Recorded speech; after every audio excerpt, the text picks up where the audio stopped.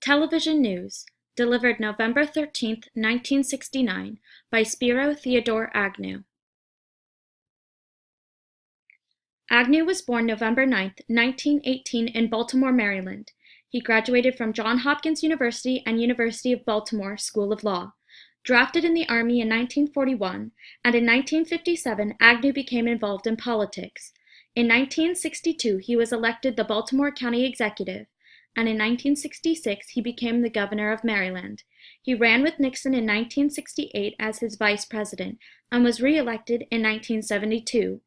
In 1973, he was investigated for extortion, tax fraud, bribery, and conspiracy against America, all while he was governor of Maryland.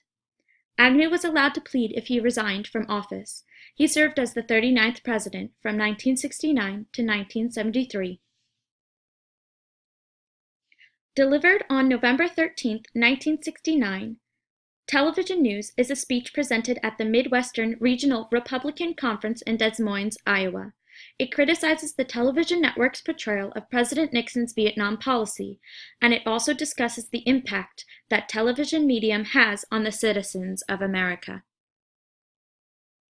Subject: the importance of television medium. Occasion: recent negative reports of President Nixon and his Vietnam policies. Audience: the American public and television networks. Purpose: to defend Nixon, to encourage the American public to be cautious with media, and to convince television networks to change the portrayal of Nixon and his policies. Speaker: Agnew. Tone: warning, informed, defensive, and accusatory. Organization: Agnew specifies the subject of his speech, the cause of the disruption, and then evidence for his argument. Narration: Agnew describes the situation and issue, then warns the public about television networks. Agnew summarizes different reporter opinions in order to show the misinformed information of the television network. Diction, imagery, details, language, and syntax. Agnew pleads with the public to notice how incorrect the media can portray others by using words and phrases that signal common sense, such as "it's obvious" and the fumbling and groping different reporters. Towards the end of the speech, the diction turns into pleading and concession, but then refutation. Agnew appeals to imagery through the sense of hearing and how TV networks inaccurately represent the situation with the tone of their questions and the sarcasm of their responses. Instead of specifying a time and place of the current event, Agnew cites other specific examples of similar applicable situations. Agnew uses a formal personal dialect to address the American public with respect. Personification is used to talk about how the media and TV affects policies, with their profound influence on the American public. Agnew clearly plans to address the public in a speech.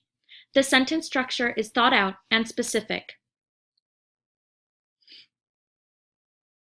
Nowhere in our system are there fewer checks on such vast power. Appeals to fear because it shows the public how powerful and unlimited the media can be. Appeals to clarity by stating exactly his purpose and questioning of media coverage, and it appeals to curiosity because Agnew questions the intentions of TV networks and the power they wield, then answers the questions so the audience follows his own thought process. Rhetorical strategies. Agnew uses questions to create interest in the public, asking questions not only about the TV networks but also about the overall intentions of the media, cause the public to scrutinize them.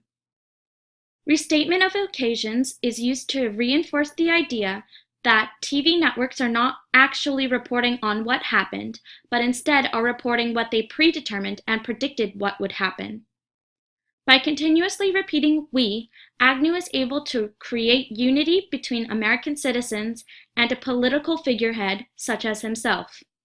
Using hypothetical situations shows how absurd the actions completed by TV networks would be perceived if done by a different person or an ordinary citizen. Agnew contradicts how TV networks portray Americans. In media, stereotypes are often reinforced, but Agnew tries to discredit these attempts by clarifying Americans will not tolerate such a thing because they are too intelligent. They are challenged to relate their great feeling with the great responsibilities they hold.